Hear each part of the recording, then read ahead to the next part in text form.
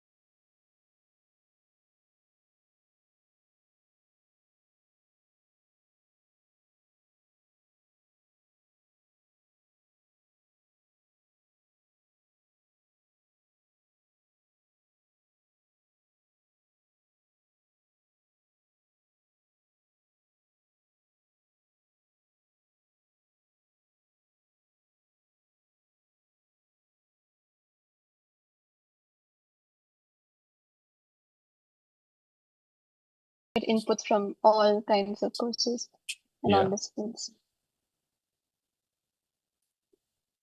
Is the semester format better than our course size format?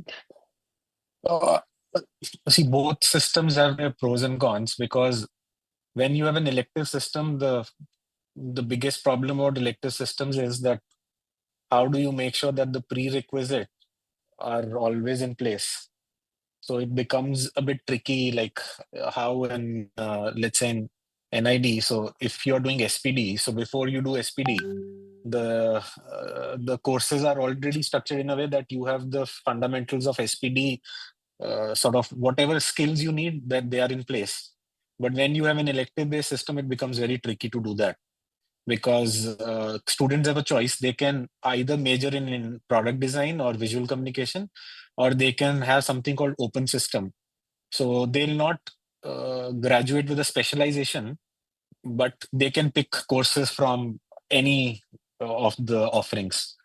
So it's again, it's a nice thing, and again a difficult thing at the same time, because if you pick two specific courses and you don't have the prerequisite of that, it can be a bit tricky to manage them. Right. I am in the middle of my SPD right now. Yeah. Yeah. And also, when you have a semester long thing, then the task also becomes difficult for the faculty, because you have to make sure that everyone's invested for 16 weeks, because their studio is 16 weeks long, and mandatory, they have one studio and 3 mandatories. So mandatories are like 2 hours per week for 12 weeks. So it's like 24 hours engagement. And studios are for 16 week, which have an average of 15 hour per week engagement. But then for the faculty, it's difficult because you have to be there throughout. In module, you can come for 1 week or however long the module is and then leave. But in this, you cannot do that. So it must get hectic for you to be there throughout it. Or do you No, enjoy the process? No, I'm only involved like 2.5 days, because I don't do this full time. Like, I just left NID last October, so I'm just exploring a different format if it works for me or not. I think that's interesting. Yeah.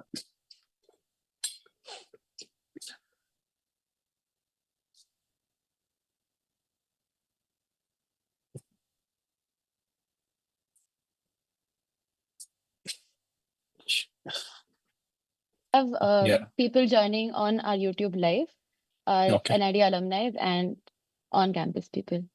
I'll Okay. give the introduction and then you can start with your presentation. Yeah. Yeah. Good evening, everyone. On behalf of the entire NID Andhra Pradesh community and the Layover team, it gives me immense pleasure to welcome you all to today's Layover session. Layover, as you know, is a design dialogue platform created to bridge the gap between the academic and professional worlds of design. It's a space for open, reflective conversations with inspiring voices from the design community. We are honored to welcome Sahil Thappa, who is a maker and design graduate from the National Institute of Design in Ahmedabad. He believes design is not just about objects, but about exploring new ways of thinking and making. What's truly unique is the culture that he built along with Design Science Lab at NID Ahmedabad. He has spent years mentoring the next generation of makers. We are truly delighted to have you here with us, Sahil. So over to you. You may Yes. start the presentation now. Thank you so much. I'll just give a quick disclaimer in case anyone wants to stop me in between, you can, but I think the logistics of the meeting might make it difficult. So if you have any question or anything, just drop in to the chat so that we can revisit it once the presentation is over. So that might be an easier way of doing that. I'll just Yes. share my screen.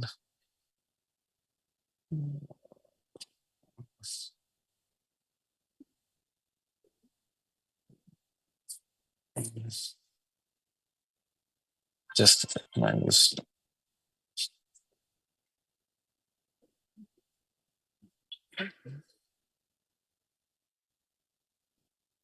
Oh, I think my Zoom is telling me that I might have to rejoin. I'll just quickly Oh, rejoin the meeting. yeah, Yeah. no problem. Yeah.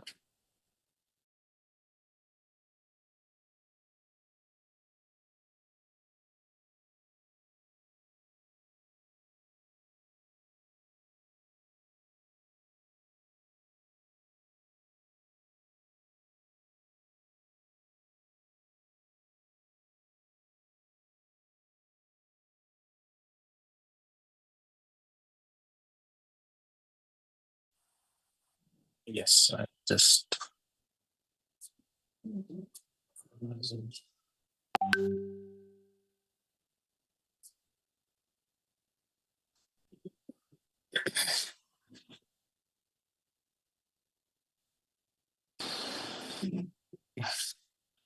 Is it visible? Yes, it's Yeah. visible. Yeah. So, can you guys just read this? Like, I hope the screen you guys are looking at it is bigger in size. Yeah, we're able to read it.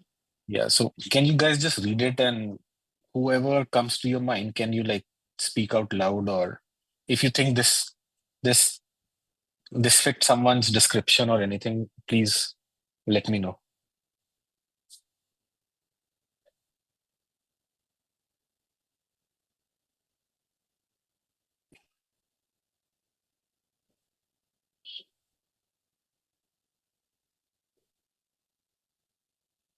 Like anyone comes to your mind?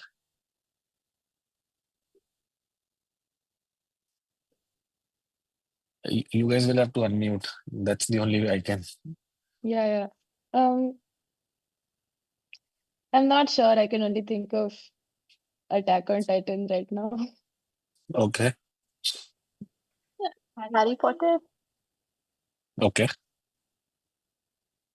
Harry Potter, yeah, he did experience death and resurrection.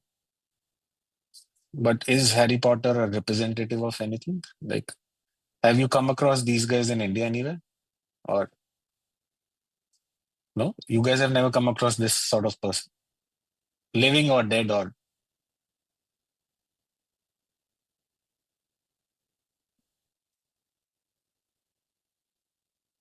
Gandhi ji, Gandhi ji, Gandhi ji, Gandhi ji. okay. Gandhi didn't get resurrected. Okay, so I'll share who is this from my side. So if you go back to this description, it's actually the description of God. Like you can have Jesus, Krishna, Muhammad, anyone, like you can have all these guys made up. And some of you said Harry Potter. Is Harry Potter real? Maybe not. Is God real? I leave it up to you to decide whether he is not. Because if this made up definition feels so real, then maybe we also might want to apply the same lens to God. So if Harry Potter can be made up, so can God. So is Neo, who's from the movie Matrix. So the title of the quick chat we have is called World Building Through Social Dreaming and Kit Bashing. So world building, social dreaming is situated into the broader realms of speculative critical design. And in the coming minutes, we'll quickly see how they've been world building done in the past and how can we do that. Has anyone seen these guys anywhere, or anyone knows who these guys are? If not, they're called the KKK. It's one of the most dangerous groups to exist in the world. They are a white supremacist group who believe that being white is being superior, or which gives them sort of godlike control over others. And normally, a lot of time when we think about world building or social dreaming, we always think of it in the form of these cults, right? So when you do world building, like cult is short for culture, right? But when you say cult, it has a negative sort of connotation. Like culture, when you do a lot of practices together, that defines culture, right? So cult also means when you have a very established practice. But so far, cult, normally the word is seen in a negative light. So maybe this is also a way of doing social dreaming. And the way I see NID AP's screen on my this thing, that's also a cult, right? Because it shows me a culture of a place. So you can do world building and social dreaming in both formats. It depends on your interest. So when you think about social dreaming, it's about collective imagination. It's about shared dreams, aspirations, and narratives which help us shape the world. And when you design or when you combine this with the bigger methodology or the sort of perspective of speculative design, this primarily moves away from the entire idea of problem solving. Like a lot of you guys, if you had interviews when you entered NID, if anyone asked you why did you come to NID, most of like 99% of the time the answer is I want to solve problems, right? And when you ask someone, oh, can you talk about good design, everyone loses their mind because we are so trained, or BRDS has trained us so much that we know about bad design but we don't know about good design, right? We are quick to jump like, oh, this is a problem, I'm going to solve it, right? But when we look at this, we are going beyond the entire idea of solving problems to actually questioning what is there, to exploring alternative realities, and also to propose futures which may not exist, right? Even when you practice design or when you do your projects, are you normally designing for something which is totally random, or are you extrapolating what is right now and making an outcome out of that? So speculative design is not interested in what can be. Design is interested in what all are the possibilities, not just one. So imagine if Elon Musk was Indian and he had a company which was making, Elon Musk was the owner of Royal Enfield and they were making flying motorcycles. So this is how a flying motorcycle might look in front of Gateway of India, right? Again, this is a very difficult image to generate. It took me almost 2 hours, and even the Ku Klux Klan guys you saw a while back, they are AI generated images. But it's also an interesting question that we are so enamored by the entire fact of you give a prompt and you suddenly have an image and we're like, wow, like some crazy shit is happening behind our screen. But a lot of time we have to move beyond the glitzy, glamorous wow factor, like, and really figure out like what we asked the AI, did it actually generate that, right? Because a lot of time it gives us garbage. We don't question whether it has given us garbage, but we are so wowed by it that, oh, it has made an image. So we need to start questioning technologies like this also in an equally critical way. Uh, So this is a project like how you guys have your graduation project. This is a project done by a person who spent 9 months, traveled 20,000 miles, and spent around maybe around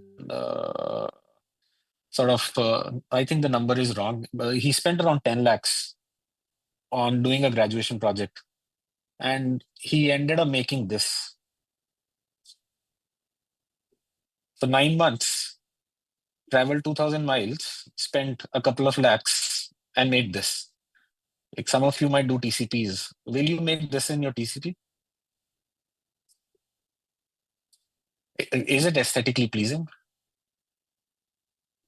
No. So why would someone spend so much money, so much time on making some garbage which doesn't even work? It worked for a very brief amount of time, then it stopped working.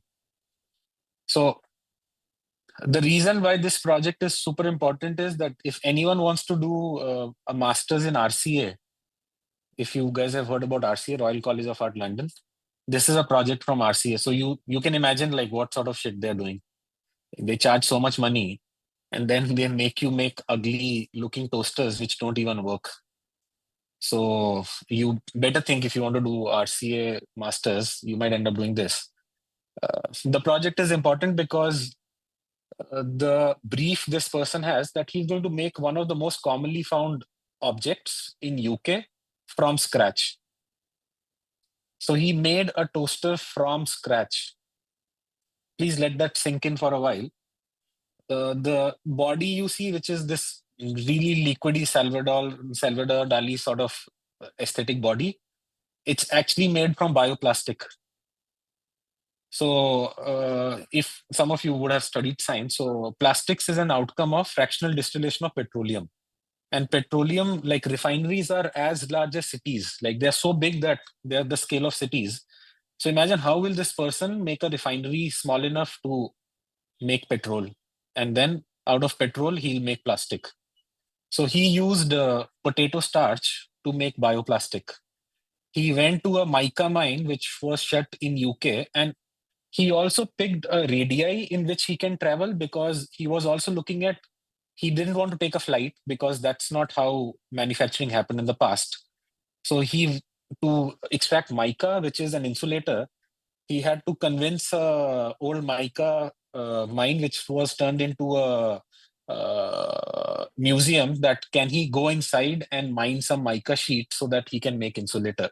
So everything you see on this page is built from scratch, like right from extracting iron from ore and all those things. So we'll not make projects like this because this requires insane amount of criticality. This questions how we take so many things for granted. If before showing this project, I asked you guys a question like, you go to your workshop and tell me how many days will you take to make a pencil from scratch. A lot of us overestimate our abilities. Someone will like, oh, it'll take me 2 hours. Someone will be like, oh, maybe I'm a bit slow in workshop skills. I'll take 1 day. But the moment I say from scratch, does that mean that you first grow a tree which can give you wood? Do you harvest graphite? Like, how do you go about it? So this is not a straightforward project. It challenges a lot of norms. So that's the highlight of this project.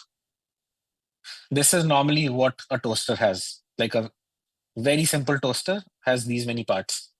It ranges from 500 rupees to maybe around 1 lakh in UK.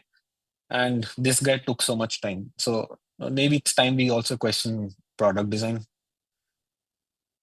This is something which is super important. This is called the future cone. So a lot of design we practice is from the center of the cone. If you see my cursor, it's the probable future, right? So we only think about future when we extrapolate the current happenings of the world, and mostly this probable future is if you don't do anything, also it will happen, right? So, but that doesn't mean that that's the only future which is possible. If you see the larger cone, those are the possible futures. And within those possible futures are preferred futures. Within this entire possible future is also a future which you don't want. One of the bigger thing is AI. Like imagine AI actually becomes self-intelligent, that might be a bad time for us, right? So that might not be a preferred future we want. So this is a cone used massively in speculative design to see where your practice lies. Have you guys come across this guy ever? Frankenstein? This is actually Frankenstein's monster. This is not Frankenstein. So Frankenstein was a novel written by Mary Shelley almost 200 years back. So she's one of the first few writers to write science fiction like that. I'm not even going to say that she's one of the first few women authors. Like, she's one of the first few authors to write science fiction.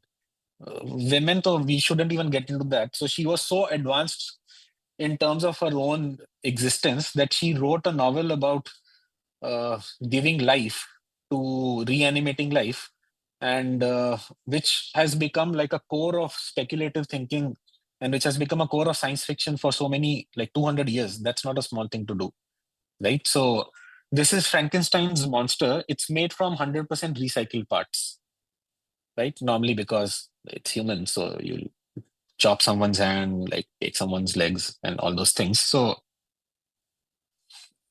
this is Frankenstein's monster in the present. Not present, like this was done 5 years back. So any idea what is this? Is it like a Frankenstein rabbit that they made? If you see the color, do you think like it does it have some peculiar features? Like It's green. it's green, okay. So this is a glow in the dark rabbit, right? So if you've seen rabbits, what are rabbits known for? Are they slow runners, fast runners? Fast. They run fast, right? Yeah. Their body color is camouflaged. They have spots, right? So imagine you are a rabbit in Africa. The only way you can survive is by camouflaging, right? You hide between the grass, and someone is like, I'm going to screw that entire thing. I'm going to make a rabbit which glows in the dark. So imagine this rabbit is in Africa, in the grasslands, it's running at night, and then you know what happens with it, right? So Mary Shelley wrote Frankenstein 200 years back. We have reached the point where we can take genes from a bioluminescent jellyfish, take genes from a rabbit, split them apart, recombine them, and have a glow in the dark rabbit. That's insane, right? It took us 200 years to do that. That's like very short amount of time. Like humans, Homo sapiens have existed for a couple of million years, right?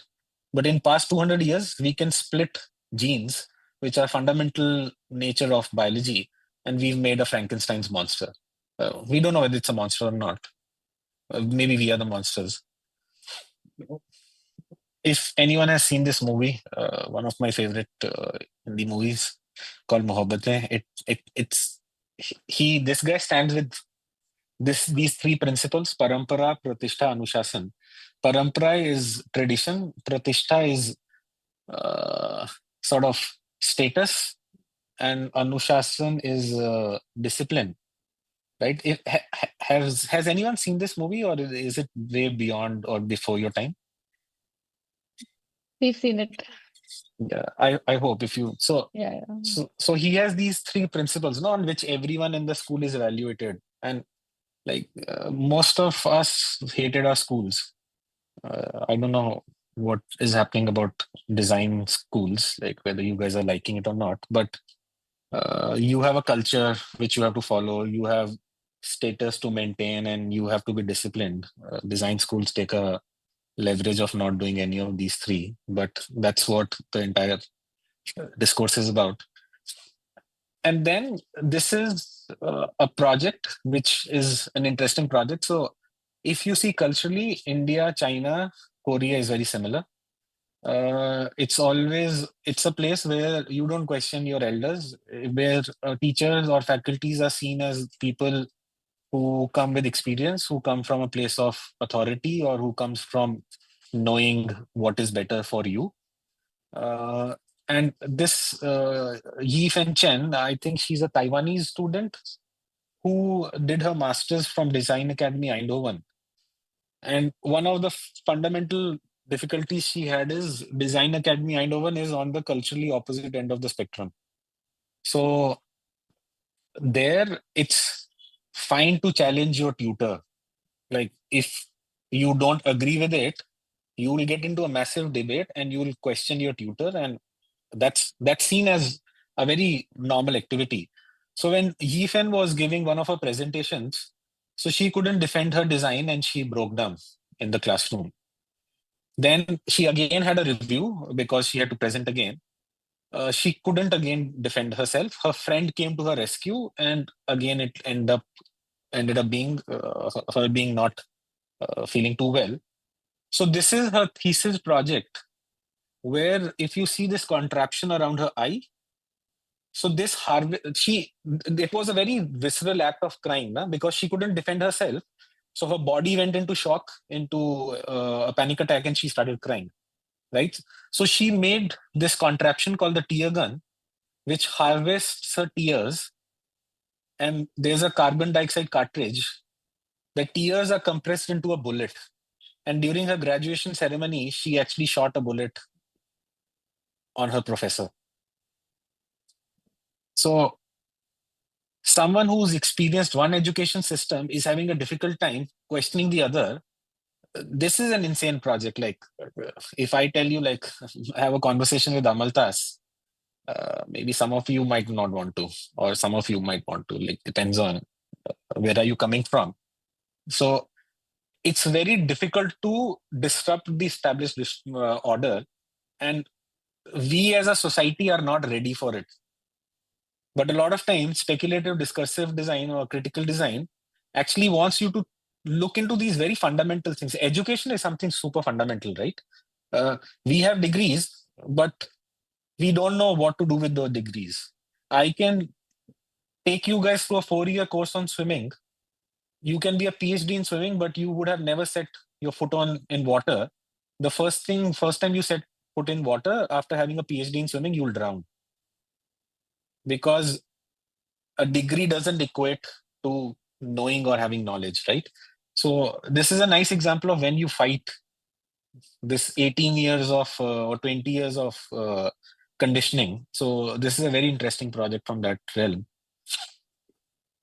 This is a reality a lot of us saw in COVID, when we had Mr. Donald Trump coming to Ahmedabad for a match, and led to the second wave when people were waiting in ambulances to breathe. Does anyone have pets?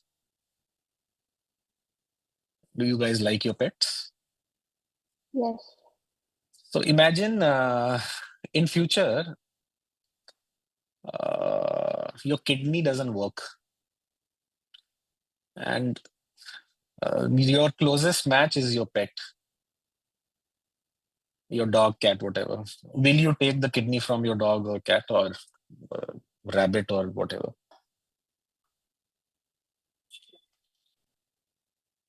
No, yes, or don't care. It's again, it's you living or you getting a kidney or not getting a kidney. Like, you normally have two kidneys, right? Your dog also has two kidneys. Your closest match is your dog. Will you take the kidney of the dog?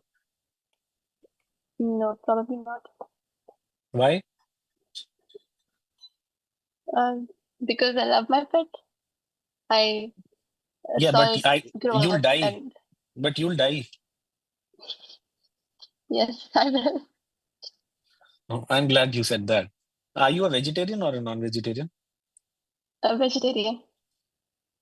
You ask someone who's a non-vegetarian if they have a pet and they would like to take the kidney. Someone else wants to say something. Yeah, please go ahead. I think we won't take the kidney from the pet as because that is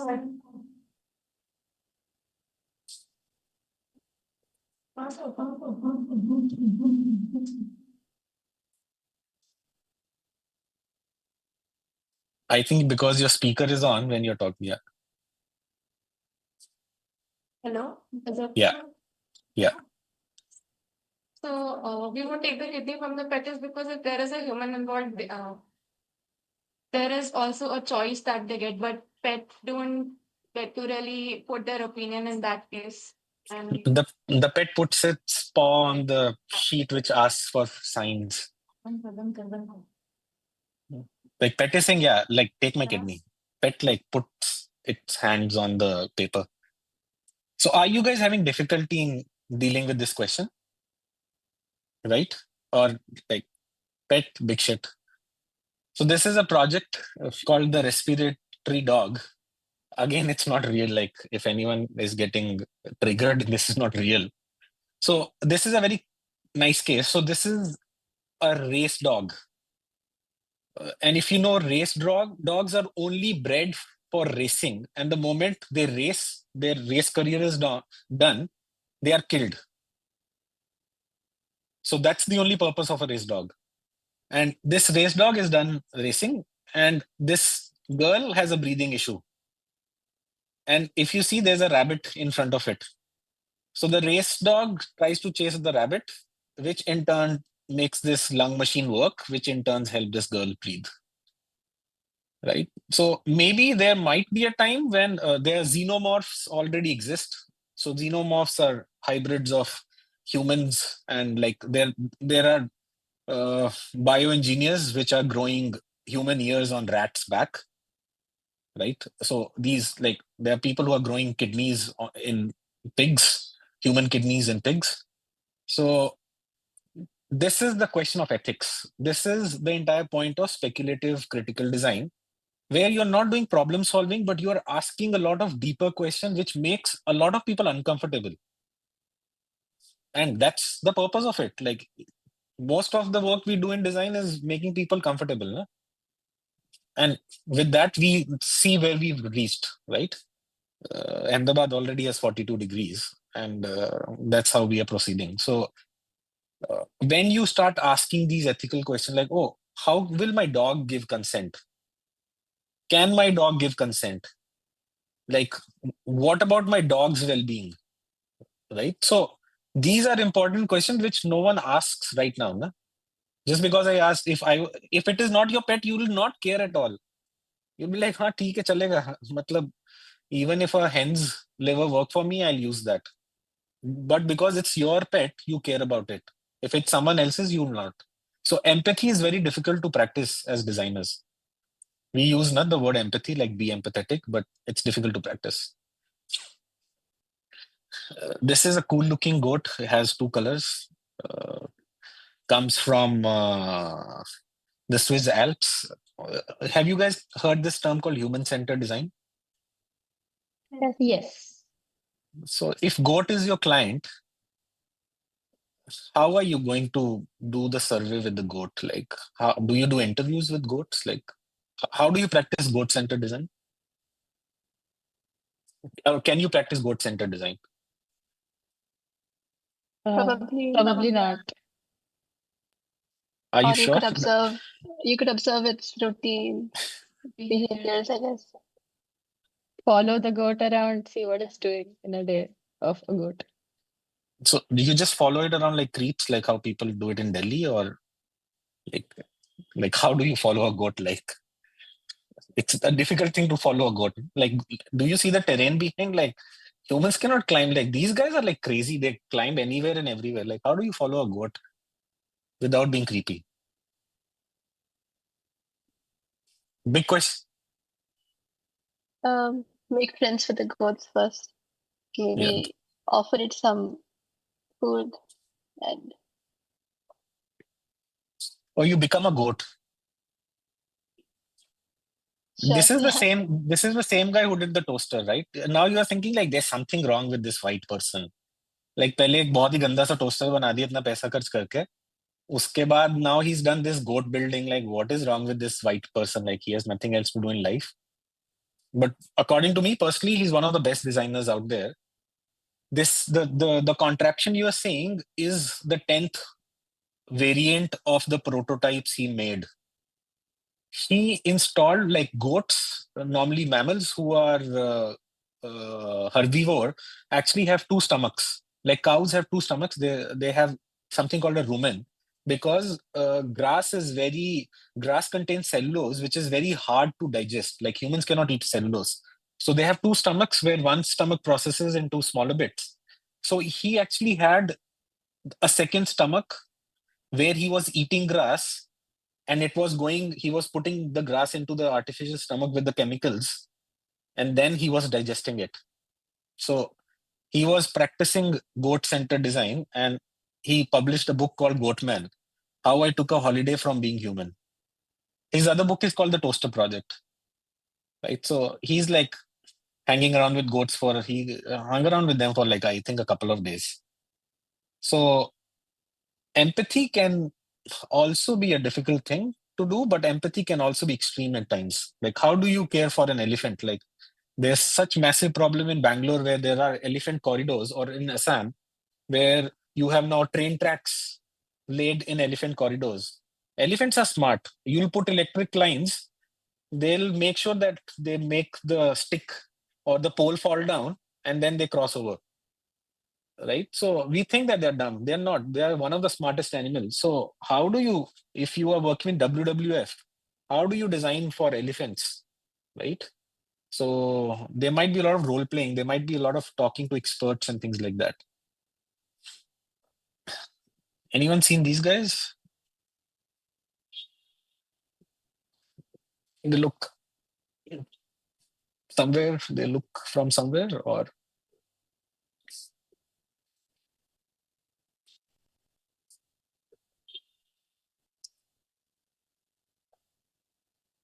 no one knows them. Sure. Yeah. Yeah, go ahead. Sure. Go ahead. Whatever guess you have. War refugees, something like that. Which war? Any specific I war? mean, There's no right or wrong answer. Like, you can take a guess. I mean, World War II, Nazis, Jews, maybe. Yeah. So this is a photo from a concentration camp. Yeah. Like, but do you see they have a color tone? What about these guys? They're also similar, or they're different?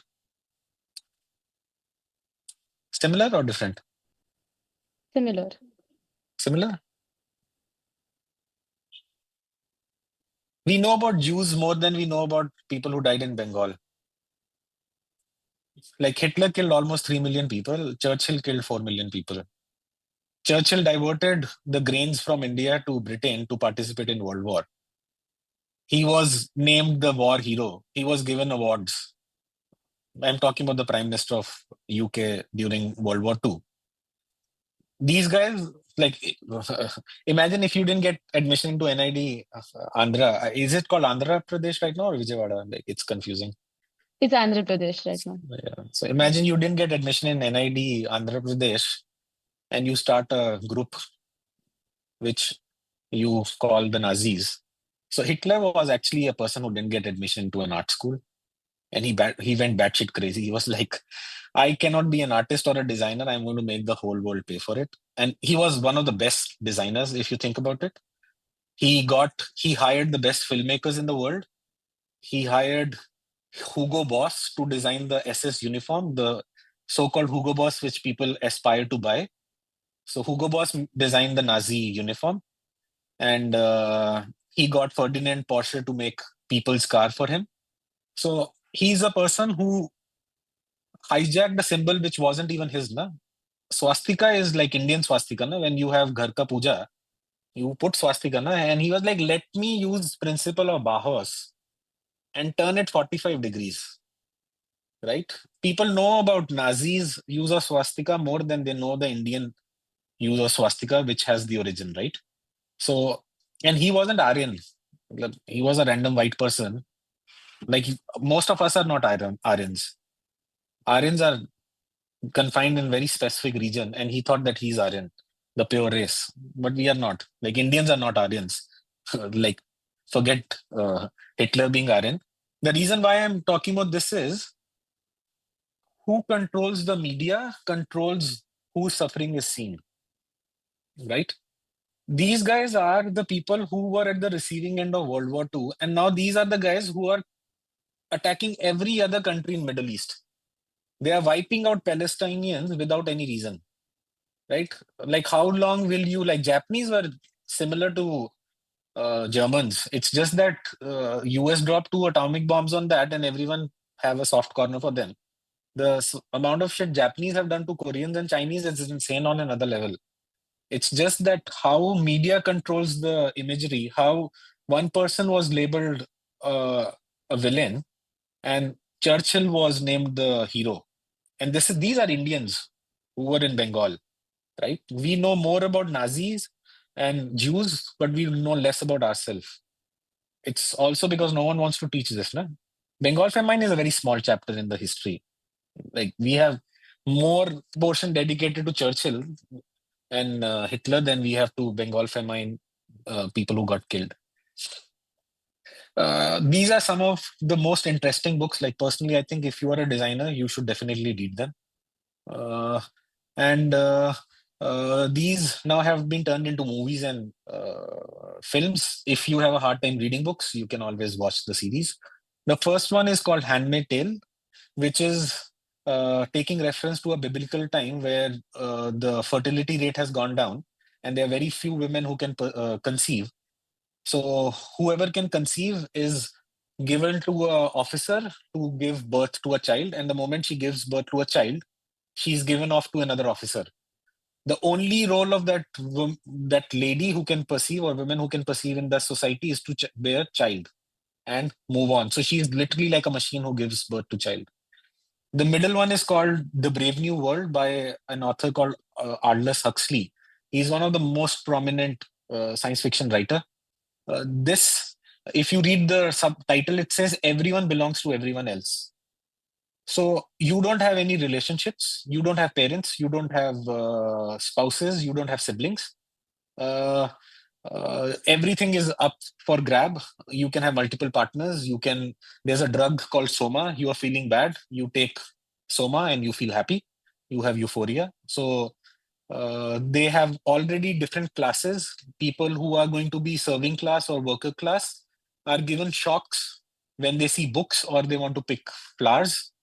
So they condition them to become laborers.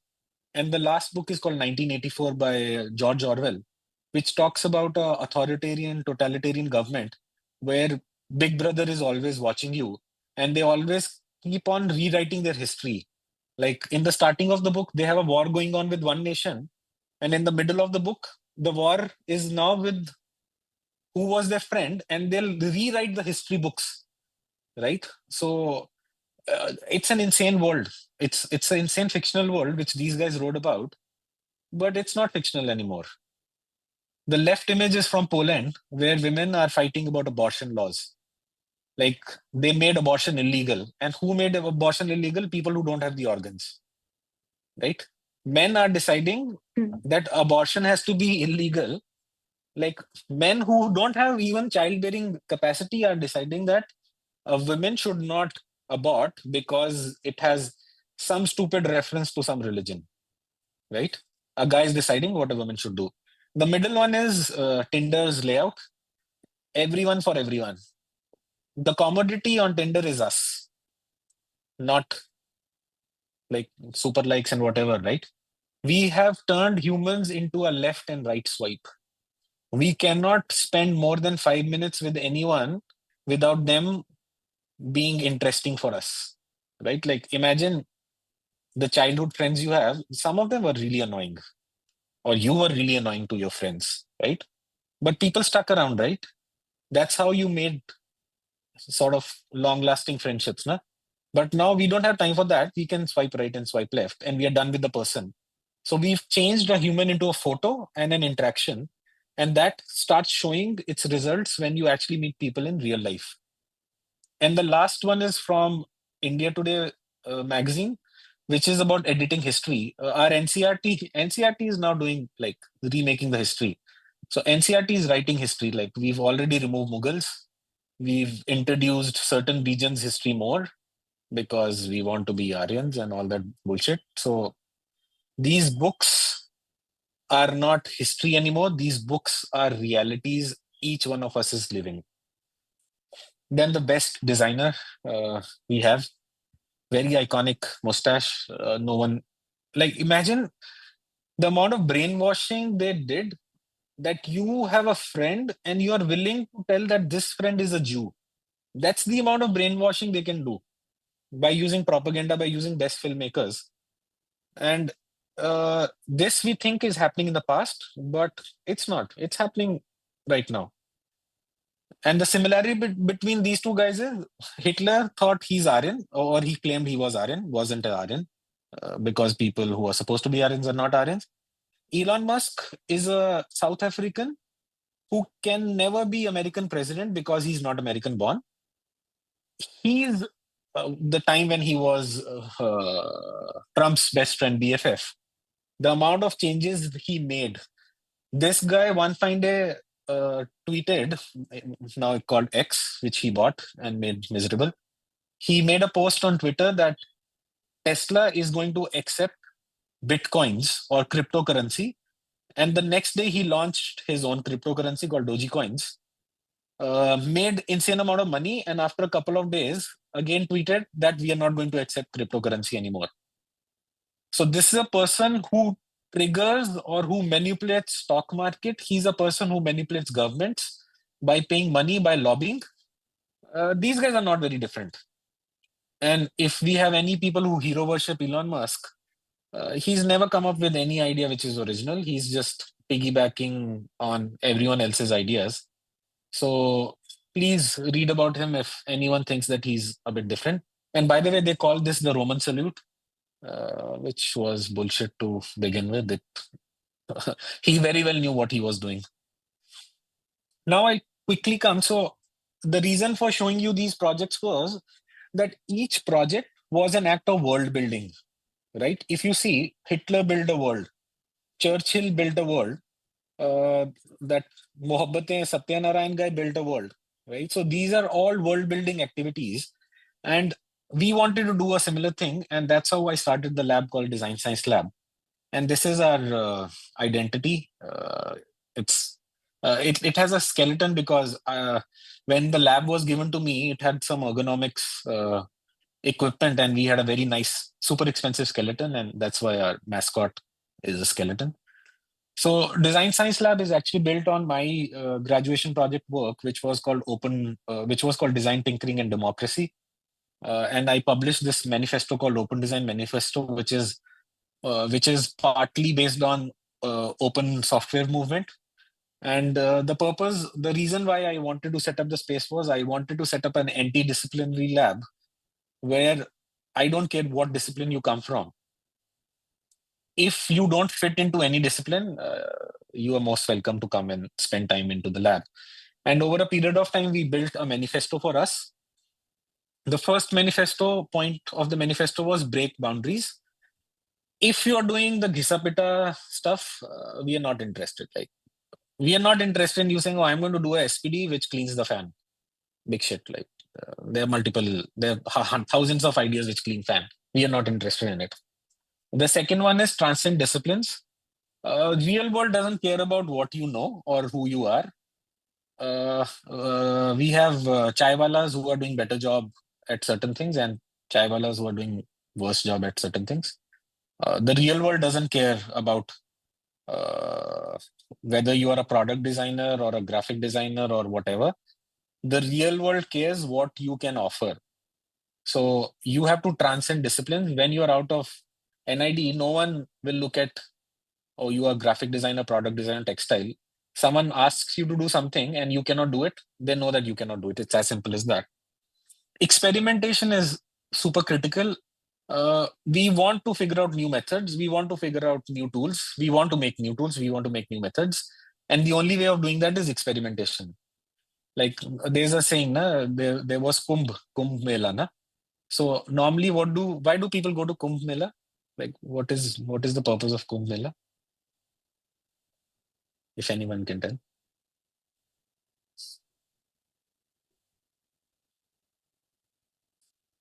Or you guys are too young to know about Kumbh? I mean, it's a devotional journey, yatra. But why do you do it? Paap dhone hai, no? Like people say, no, paap dhone. Like imagine every religion in the world is based on the fact that पहले पाप कर लो, एक option है पाप धोने की. मतलब in Hinduism you have Kumbh, in Islam you have Makkah and Medina, right? So every religion has this built-in ideology, पाप कर लो, option मिल जाएगा धोने का. So when we talk about experiment, the point is, if you don't do experiments, if you don't do paap, then what will you go and wash in Ganga, right? Kumbh का इस्तेमाल कब होगा? So you need to figure out these things. You need to tweak things. You need to provoke people. You need to really make others' life difficult at times to figure out how the world works. The fourth one is discover making. So a lot of things we used to do by making stuff. When I say making stuff, I don't mean physical making only. I mean making cognitive tools. I mean making behavioral tools, which can help tweak things. The fifth thing is very important. Share the sparks. If you are interested in something, the sort of projects we used to do at the lab, if you say you are not going to share what you're doing with others, we are not interested in supporting you or having you in the lab. If someone comes and asks you what you're doing, you have to share. So happiness is only real when shared. It's a quote from the movie Into the Wild. It is applied. Like you need to do that. And the most important thing is have fun. Like this entire thing of savior complex and problem solving, na? Like we first create problems, then we solve them and we feel good about ourselves. So if you are miserable in solving problems, you pass on the misery to others. So our most critical thing is you should have fun when you are in the lab. And that's one of the important things. And the seventh one was, this is the only list which we have built so far. In the future, the list might grow, right? So this was our ideology. It was a very flexible mindset. And then again, I'm reminding you, we were imagining a preferred future. We were imagining a hopeful future. If you remember the cone I showed you. So we wanted it to be a hopeful future where we give hope to people that they can do what they want to do or what they imagine, which they cannot do in their courses. I know you guys are studying in a design school, so a lot of time we can always blame faculty, na? Or we can blame that the campus is so far from Guntur or wherever that I have to buy a electronics. It takes me 2 days to get it. I was there a couple of years back teaching a course on electronics, so I know, right? But maybe that's not the hope. Let's not be hopeless about it. There are ways of doing things, right? This is again one of my favorite movies. It's called Aankho Dekhi. He's written सब कुछ चाहिए आंखें खोल कर देखो. For the non-Hindi speaking people, he's saying that whatever you think is there, just open your eyes and see with your eyes. But do you think that's valid anymore? If anyone's using AI tools, have you come across something called deepfake? Where all you need to do is give one picture of a person and it can make a video. So there's a kahavat in Hindi, aankho dekhi, kano suni. I'll only believe things which is aankho dekhi and kano suni. So the movie is a reference to that. If you've not seen it, you guys should watch the movie. It's called Aankho Dekhi. So now you cannot believe if you get a this thing audio file from someone who's talking about something, you cannot believe that it's real. You cannot believe a picture which is sent to you. I think 4 or 6 months back, there was one of the largest scam which happened in corporate history. I think there was a scam which happened about $4 million. And in that meeting, there were 13 participants or 12 participants. Only one participant was real, the person who got scammed. Everyone else in that meeting was fake, right? So you cannot believe anything you see. And there's a very nice movie called Ex Machina, which talks about Turing tests. Alan Turing was a computer scientist who defined these Turing tests that can you differentiate between a machine and a human? So the Turing test for sound, audio, the Turing test for video is already sort of defeated. And this is a very nice thing we found, that I want AI to do my laundry and dishes so that I can do art and writing. Not for AI to do my art and writing so that I can do my laundry and dishes. Like, why are we using AI? I'm not saying, like, we use a lot of AI. You should have a reason for using AI. You should have a purpose. Like, let not Meta or let not Google decide how do you use AI, because that's what big tech does. It tells you what to do. So we used to use a lot of participatory design processes. So this was a project we ended up doing with foundation kids. So NID Ahmedabad has a nice system of lost and found. If you lost something, you send an email. If you found something, you send an email. So this is an artifact from this was the poster for the workshop. So now a lot of design students complain that, oh, there's too much work happening or too much assignments are given. So imagine like a couple of years down the line in NID, you have a color module going on. So you forgot where you left your third arm. So it's an arm which lets you do more, right? So this person has sent an email that after pulling an all-nighter, I forgot where I kept my arm. So this workshop was on fictional objects, which will come in lost and found emails in the future.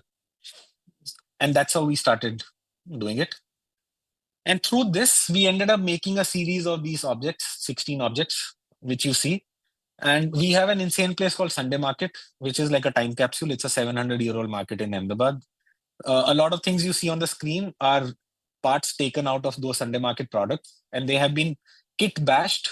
Kit bashing is a technique used in filmmaking where they buy these kits they break them, take them apart, combine them to make new things. So you have to imagine a lot of new possibilities. So we kit bashed all these products out of it. I can talk about some of them. Can you guys see my cursor? It's on the bottom in the middle. Yeah. So this one is called the Shadi Shushar. So the Shadi Shushar, you guys are not in that age. You guys will come into that age. When you go to a wedding and you are unmarried, and the first thing any relative asks you is, "Beta shadi kab?" Yeah, beta aapka number kab hai? So the Shadi Shushar is a fictional device. The moment someone utters the word Shadi or marriage in a conversation, it mutes the conversation. Again, it's a fictional device. It's not real. So each of these devices had a note like, oh, for personal use only. Do not use in industrial setting. Then if you see the tier replicator top right, so imagine you are stuck in a situation where you have to cry, right? And you don't know how to cry. So you can use the tier replicator to replicate any of the Bollywood tiers. Like you want to cry like Rakhi from Karan Arjun, you want to cry like Jaya Bachchan from Kabhi Khushi Kabhi Gham. You press it and you cry like that, right? The most famous one is called the Third Eye Recorder. It is a correlation between fascination of designers with substance abuse.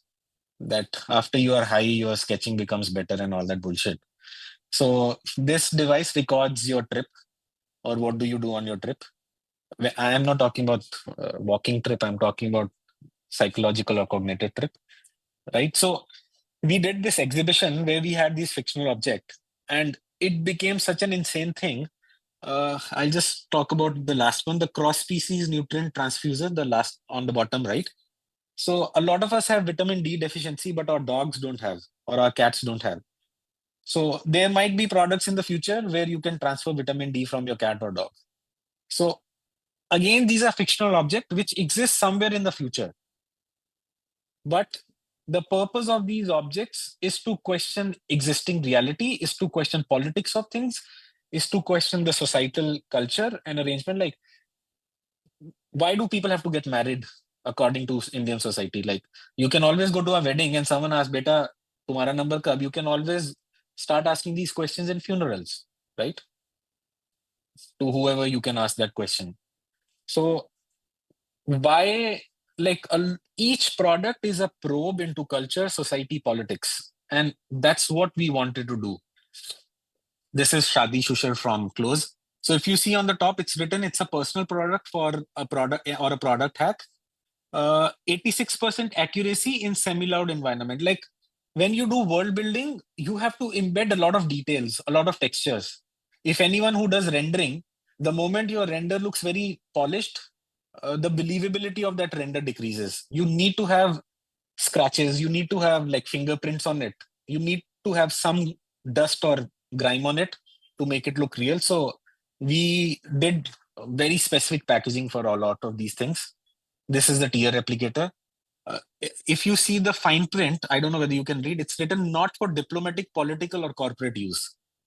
Like, you shouldn't abuse Rakhi's crying of Karan Arjun in a corporate setting, right? So we are defining a lot of use cases for this. The third eye recorder does not work while sober. That's the disclaimer for this, right?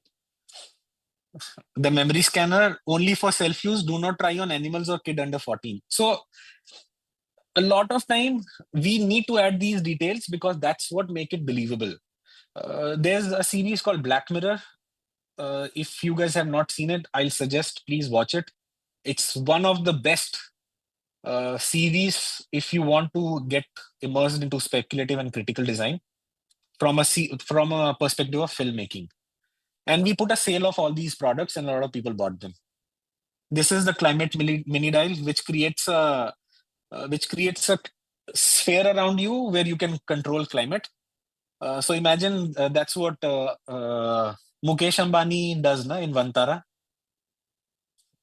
So all the people who have shitloads of money, they think they can control the weather. Like all the people in Gurgaon, they live in like these 5 BHKs, which are like 20 crores. But jab flooding hua, then everyone had to face the flooding. And one thing we did was we wanted to test this, that what we explored in NID, is it possible to do across cultures? So we did a similar workshop. The NID workshop we did was for 2 weeks. And we did this same workshop in Japan in 2 hours. And when we did this in Japan, we had the participants were people who didn't have English as their first language. So we had to idiot-proof a lot of our workshop methodology. This is my student who's now a graduate. His name is Javed. He's the one who's been working on AI and design, and this was part of his graduation project. He has a very important question for you guys also on the screen. Who tells you your future? Is it a white person in his mid 30s or starting 30s sitting in Silicon Valley telling you what is your future? Like, is Mark Zuckerberg, most of the time Mark Zuckerberg is telling you what your future is. And then Donald Trump follows it up.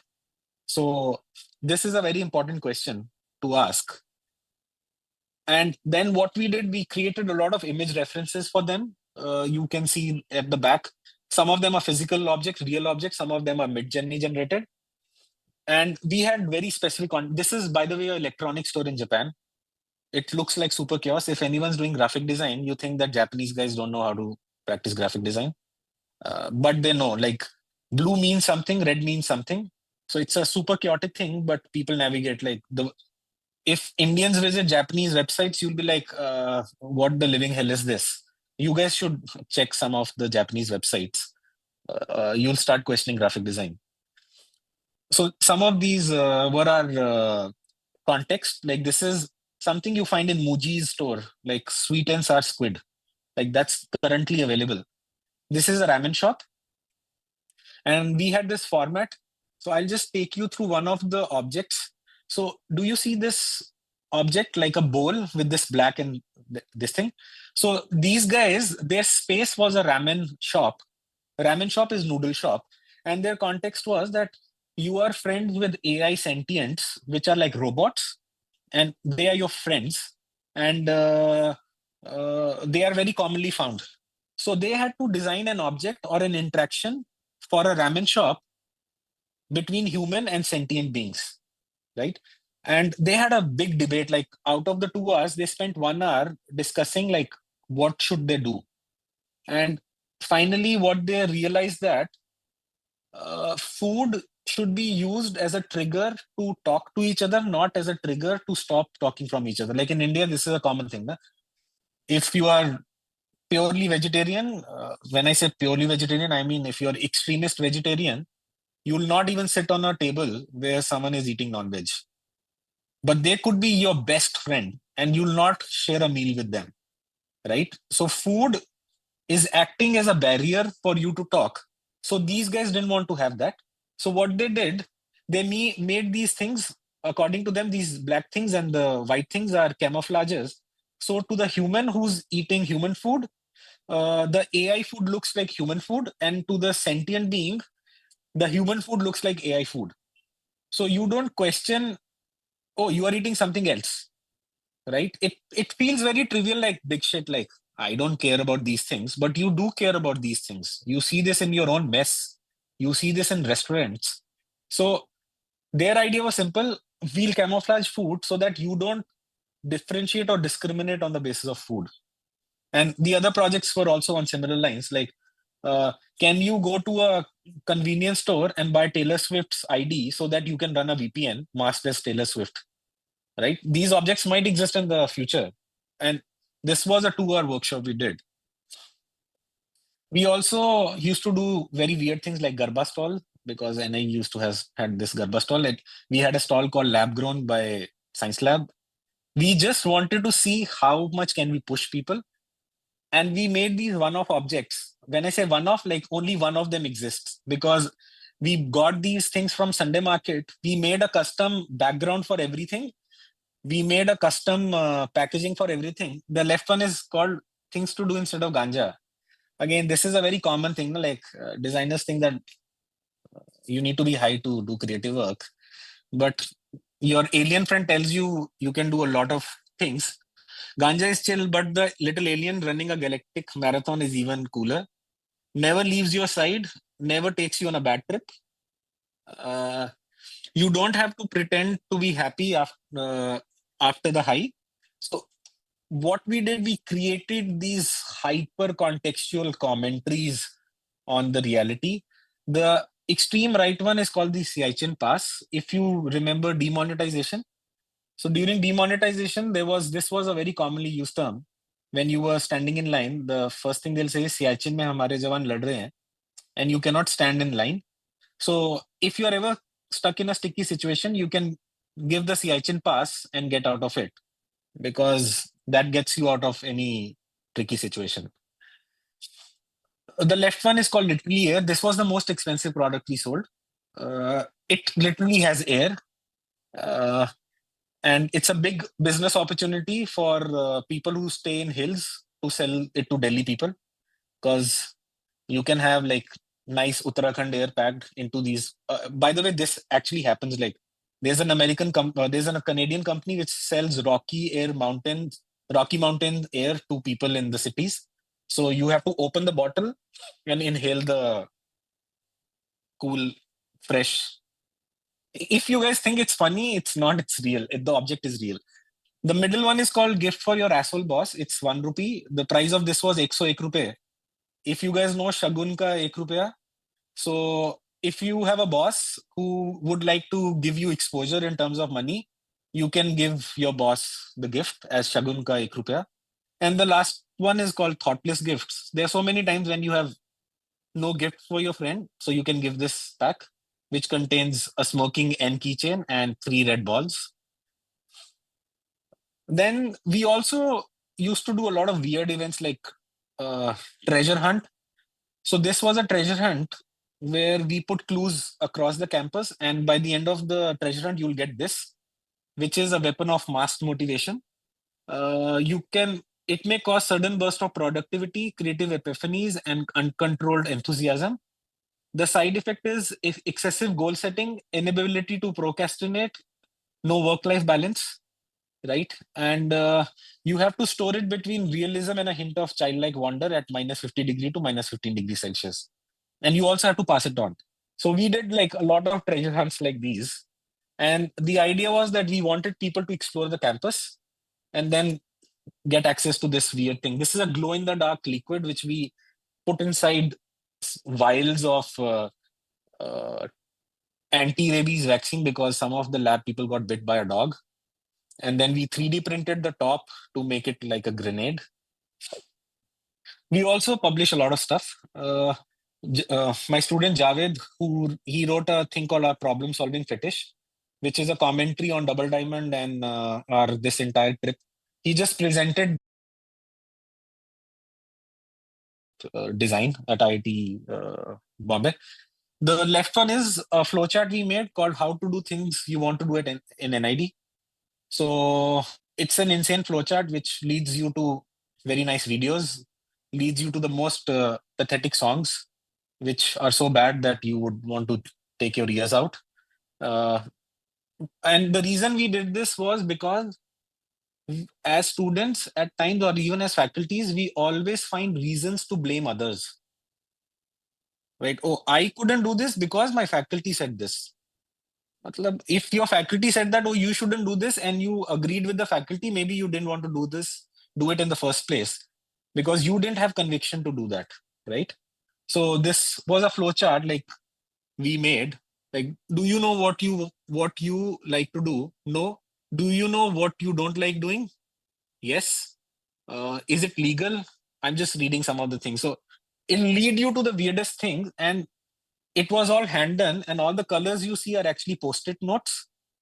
So we took a scan of it, then we digitized it, and we send it across to different design schools. We were also selling some of these artifacts. And then we also published a magazine called 14 Ideas That Changed No One, but with an asterisk. The last page has name of 14 people to whose life this lab made a difference. And I would like to leave you guys with some of these things. Like, if you just recapitulate what we spoke about, I spoke about world building from a very broader context. Then I spoke about world building from the lab's lens. Like, this was the most fun place for me for the past 7 years I was at NID. Like, I didn't have a single boring day when I was in lab because it was always full of activities, joy, and fun. And we were always pushing the boundaries of what we wanted to do. We've become friends with some of the big shots in speculative design because of the work we did at the lab. And it has got us into groups which were earlier difficult to be. And what I would like to leave you guys with is, if you want to do world building, if you want to build culture or cults at NID Andhra, these are some of the 6 things you could try out. The first one is kit bashing. So kit bashing is about taking different parts, combining them. It's not just physical parts. One person does rendering really well, one person does physical modeling really well or prototyping really well. Kit bashing can also be combining skills of people together, skills of facilities together, and imagining a future you want, like building a future, hands-on future you want. The second one is exposure to weirdness. If you're not exposed to weirdness, all designs you'll do will be very predictable. Because if I ask you guys, imagine a chair, right? If you guys imagine a chair right now, how many of you imagined it with 4 legs?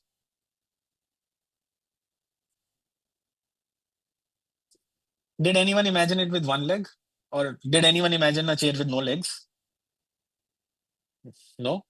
Because we are so used to thinking about a chair with 4 legs that it's very difficult for us even to imagine a chair with 3 legs, right? So the more exposure you have to weirdness, the more complex your thinking becomes, right? You need to get into Reddit. Like, you need to have like fucking crazy debates about why, like, how do people reproduce in the movie Dune when you don't have water, right? Like, it'll get like crazy to have kids in a place like Arrakis, right? So you need to have sleepless nights. The next is making a group of weirdos. When I say weirdos, I'm not saying like people who are like creeps or people who are like, you can be on the spectrum, that's fine. But you need to have people who challenge you, who, if you are saying something really weird and they're like, oh, let's jump into it and try making it. Like someone who doesn't get this practicality bullshit, like, nahi bhai, ye to hoga hi nahi.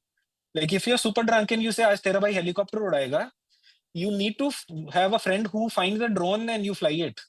Like, you don't sort of break into Air Force Base and actually fly an aircraft. Like, you need people who support these weird things, right? The next one is reverse engineering and forecasting. If you don't know where you are coming from, if you don't know how to reverse engineer, you don't understand how things work, right? And then you need to apply that on forecasting in terms of what do you want to do.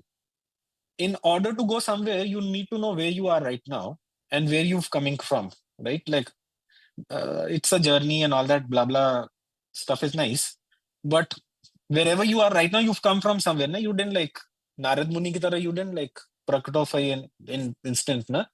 So you need to figure out, you need to use reverse engineering and forecasting. If you're a designer, you need to read fiction. Otherwise, there are people who've already imagined worlds. Na? First, someone wrote a book. Then designers and scientists started catching up. Have you guys used 3D printers? Yeah. Right. India had 3D printers way before MIT made the 3D printer. I'm not talking about that Pushpak Viman bullshit and all that. We were doing like using like Ganesh as a head of an elephant. Like it's proportionally wrong. Like even if you put a baby elephant's head also on a fully grown human, it's not possible surgically, right? So you guys have eaten jalebi. What is jalebi? It's 3D printing. It's additive manufacturing. No? Like, do you need it to be computer controlled for it to be 3D printed? Like, jalebi, chakli, everything is 3D printed, right? So someone was like, let me throw some atta into a hot oil thing and see, right? In Star Trek, there's a object called replicator, which is like you press a button and food comes. You have 3D printers which print food, right? So if you don't read science fiction, you don't know what people have already imagined. Maybe all we need to do is start realizing these worlds which don't exist, right? Let's start using design for creating hopeful futures, not these first creating a problem and then solving it. And the last one is FAFO. So the first part F is a 4-word thing. So it can mean two things. The first F is whatever you guys are thinking. The second meaning of this F is fool around and find out. The first one is the explicit word. So if you don't poke people around, like if you want a book and the library doesn't have a book, you have to pester your librarian, right? If you want to do something and no one is letting you do it, you have to do that. If your faculties or the institute or the system doesn't let you do it, you can always go back to ways to do things at NID, right? So if you don't fool around and you don't find out, you will not come with anything in your life. It's similar to swimming. Na? You can be a PhD in swimming, but you've never stepped in water. You'll drown, right? वो पाप करोगे नहीं तो गंगा में क्या जाके क्या दोगे? So you need to poke the world to see what happens. And my question to you is, what will you build? Right? We spoke about world building, social dreaming, and speculative design. I think my light is too dark. It's right. So maybe I'm leaving you with a question like, will you continue, or does this offer you an alternate way of being where we go beyond these SPDs, TCPs, and whatever terminology is being used? They're called design projects now because SPD is too old school, right? So are we going to start seeing the world in the way it really is and not sugarcoat it and not be this savior who's trying to save someone's life when our own lives are shittier? Na? Like we don't have jobs and we want to create jobs for others. Like I don't know about the placements at your place, placements at NID Ahmedabad shit.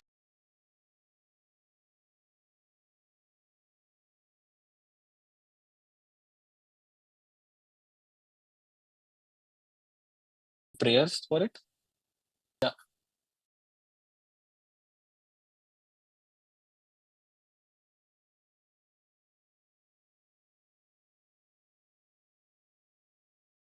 NID Andhra. I might be wrong, but it was a weird thing. Like there was a batch photo where the guy was offering prayers that may these guys get job and all their wishes become fulfilled and all. So it was a weird thing to see, but maybe that's the reality. You need to go to Passport Mandir to get a passport. If anyone has seen Matrix, you'll get the metaphor. If you've not, I'm sorry. Will you take the blue pill or the red pill? Will you be oblivious to whatever you saw in the past 1.5 hours? I don't know how much time has lapsed. And this is, if someone wants to take a picture of this, you can. These are some of the people who have inspired us. These are some of the people we really look forward to. These are some of the people who've inspired our thinking, who've shown us paths or things which we didn't think existed. And these are some of the people who we want to work with. Some of them are dead. We cannot work with them. But, and the last thing is infinity. This is an ever growing list. And also I would like to say this world building 101 was a quick ideation on our process. And it was by Javed and Anushka and me. And if you've taken a picture of this, I would say thanks to you guys for listening to my bullshit for such a long time. And my email ID of NID doesn't work anymore because I don't work there. Yes. I'm sorry if I ran above time. Because I could. Thank you. Yeah. Yeah, thank you, Sahil. I think we've been so into our constraints, the briefs we get, and it's so strict. But this session has provided us a different direction to look at, different lens. So while the audience prepares question, I have something that I want to ask. So you mentioned the Tinder narrative where we are literally swiping people left and right. So now that we are here in this destructive narrative, how do we take this forward as future designers, or how do we make such conscious design decisions that we sort of, not go more deeper into the destructive narrative? So see, it comes down to a very personal choice, because there are designers who will be like, I don't want to build things like this, right? There'll be designers who will be like, oh, you give me any sort of money, you want me to, like, if you know about Nestle, right? Nestle as a company knows that baby formula is one of the most dangerous things to give to kids. Like in some places, the way it was advertised was like, oh, baby formula is actually better than breastfeeding. And they very well know that it's not, right? If you think about breakfast is the most important meal of the day. You know, it's a manufactured thing. It was a research which was sponsored by Kellogg's, right? So Right. when you are a designer, one of the first thing is, one of your superpower is first to observe the world, right? First to observe, then also sort of correlate it, analyze it, and then figure out that does this make sense? Like we were talking about the Shadi Shushar, na? Like, why do people have to get married at a certain age? Like, I know, let's say there's a biological clock and all that, blah, blah, right? But why is there such a hell-bent thing that, oh, if you're single, that means you are worthless in life, right? So when you as a designer start questioning things, I'm not saying for the sake of questioning, like sometimes we are just like rebel without a cause. Na? So it's a fundamental act of a designer to question what is being asked from them. Like sometimes we'll not be asked. Sometimes all we have to do is start asking questions which no one is asking. So when you look at Tinder or when you look at dating apps, like personally, I met my wife on Bumble. Like, because it's a platform which gives women the power of saying, yes, do I want to talk to this person or not? Right? Because the sort of abuse which happens online is insane. And I'm one of the worst customers for Bumble because do you think online dating apps actually give you the best match? They don't. They don't. Because if they give you the best match, you are no longer a sort of a client. Na? You're no longer a user. Then who will buy the super likes? Who will buy into all that? So you also have to see this from the context that someone in corporation wants to make money. And making money takes precedence over societal norms, right? There's something called behavior economics, where we think that humans are very rational. We see a sale sign, buy one, get one free. You don't even want to buy the socks, but because it's buy one, get one free, you now have 3 socks, right? So when it comes to behaviors, it's very difficult to change them, but corporations use this. Like Facebook gives you these notifications. There's this entire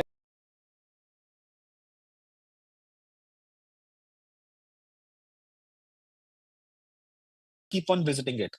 So as a designer, it becomes critical that how much do you participate and how do you see this world? Like, is commercial activity the only thing you want to do? I didn't talk about a couple of other things. Like, there's this company called Fairphone, which makes phone where you can track each material which is used in a phone to its source. Right? Normally, a lot of phones we use, the lithium which comes into it is actually using child labor, is actually using one of the most inhuman conditions ever possible. So Fairphone as a company has decided that we are going to make sure that we know who's extracting the lithium. They go to that level of detailing. So it's a matter of outlook, it's a matter of mindset. Right? You can actually use Tinder, or you can actually have online platforms where you build a relationship over a period of time where you are not looking at the instantness of it. No? Like, majorly, if you see, a lot of online dating platforms are very visual. You don't even read the bio of people, right? Because the first thing you see is the visual or the face of the person has the biggest percentage on the screen. Na? So by default, what you have done is you've already triggered or conditioned people to see the face, not the bio. Like, imagine there's a dating site which actually makes you read someone's bio, and on step 8 or step 10 you see the face. So you pick someone on the basis of what they've written about themselves, not on the basis of how they look. Right? Like, it's a very small tweak, but it can lead to a massive sort of behavioral change later on. So you'll have to see how do you use these tools and methods to maybe design a hopeful future or design a utopian future where Mark Zuckerberg or Jeff Bezos makes money. Like, Elon Musk's net worth is 800 billion right now. Like, what will he do with 800 billion? Like, if he buys a Lamborghini every day, his money is not going to run out for another 3,000 years. Like, that's the amount of money he has. So why does he need that much money? Yeah. Yeah. So I think we'll be opening the Yeah. floor to audience. Yeah.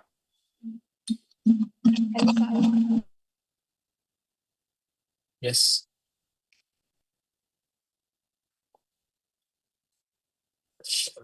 If there's feedback, you can also put on Is it audible? chat. Yeah, it is. Yeah.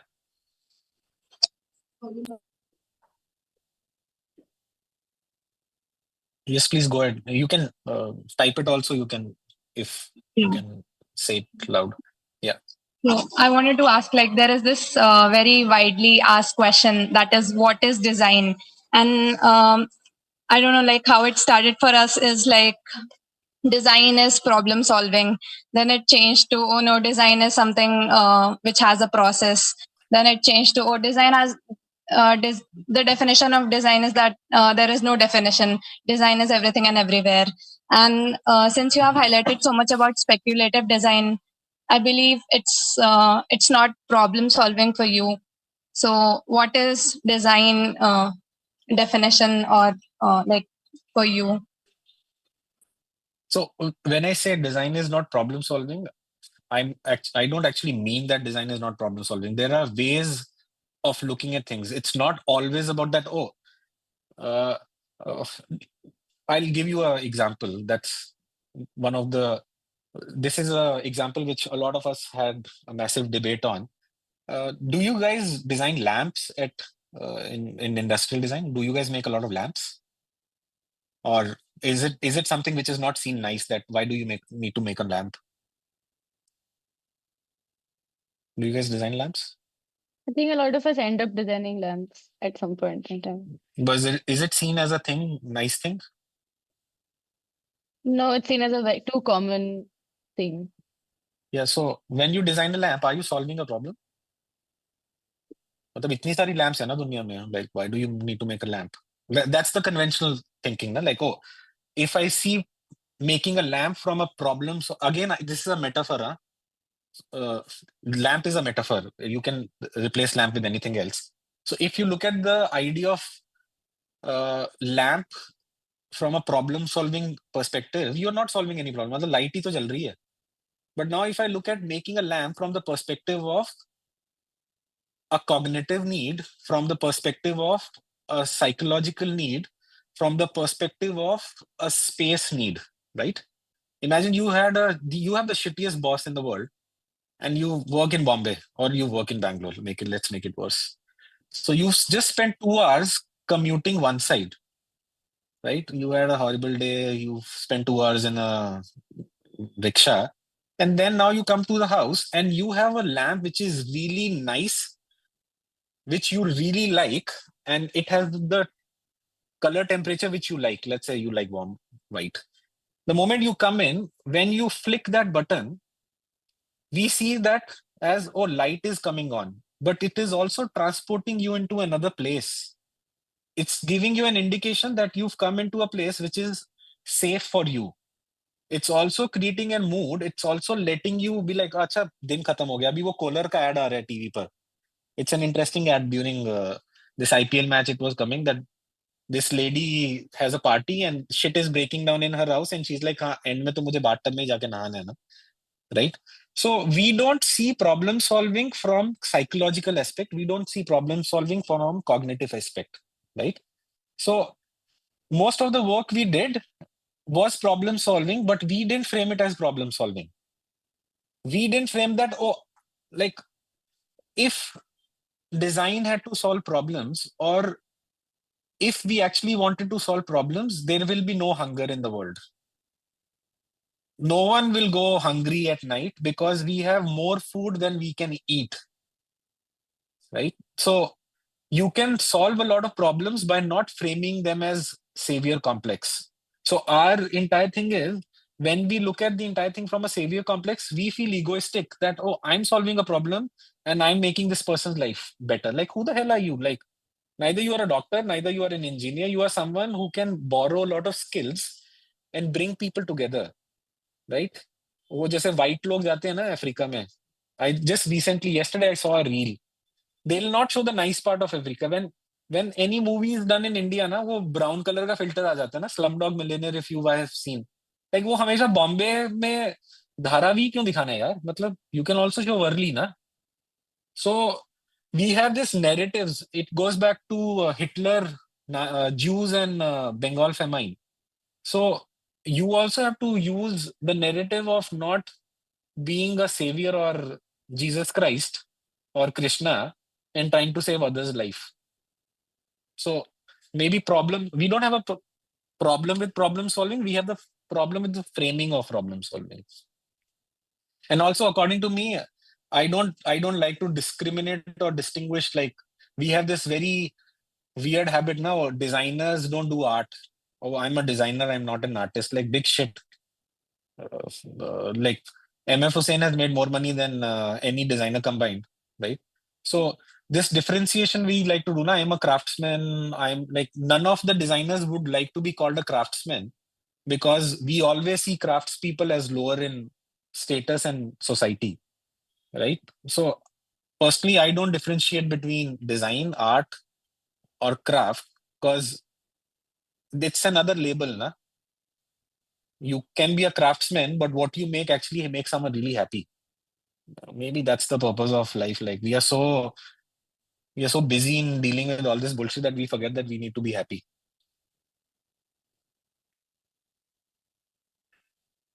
Yeah. Yeah, I think a lot Okay. of us were confused about that line between design and art, and then what becomes what. So And I it would think be nice to first practice and then see, na? Matlab, why are you deciding now? Neither you are in a design school, you're not in an art school, right? Maybe a couple of years down the line, you'll be like, maybe I want to be an artist because design doesn't pay. Like, a lot of you are in design school because suddenly design is the new cool shit to do. A couple of years back, engineering was like, computer science was the coolest shit to do because money was there. But design में तो वैसे ही पैसा नहीं है. Like, let's not, like, I wouldn't go there. But maybe a couple of years down the line, you'll see, oh, artists are making more money. You will turn into artists.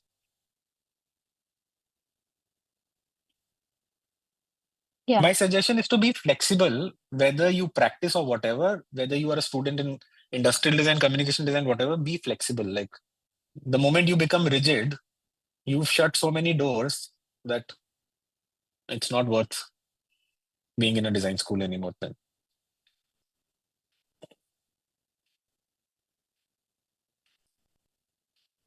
I had another question. Yeah.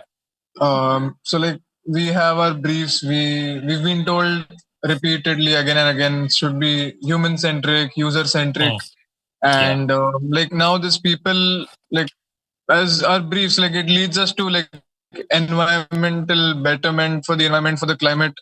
On the other side, there's people like say Brian Johnson. Instead of trying to work towards the environment, he's trying to he's biohacking to adapt himself to future bad environments. So like if you see from a speculative point of view in the future, instead of trying to adapt products to humans, when we start trying to adapt humans to the current situations, how do you think our role as designers would be affected? So what's the net worth of Brian Johnson? Not exactly, but he is pretty rich to be. Yeah. So the thing is, Brian Johnson is doing that because he wants to live forever. Obviously, he's pushing the limits of biology in that, but there's something called technology transfer, right? You think if Brian Johnson figures a way to slow down his biological aging, he'll freely share it with the people, right? Bill Gates, when pandemic happened, when COVID happened, there was a massive talk going on open sourcing the COVID vaccine. And Bill Gates was one of the first persons to say that, no, we shouldn't open source COVID vaccine because he himself was invested in a pharmaceutical company, right? So when with technology, the biggest problem is there's this saying called technology will save us. We have this feeling, or we have this thing that, oh, maybe 5 years down the line, there'll be a better technology which will make hunger go away, right? We'll have a better technology where we'll not be dependent on fossil fuels, right? We'll have technology which will make cancer disappear.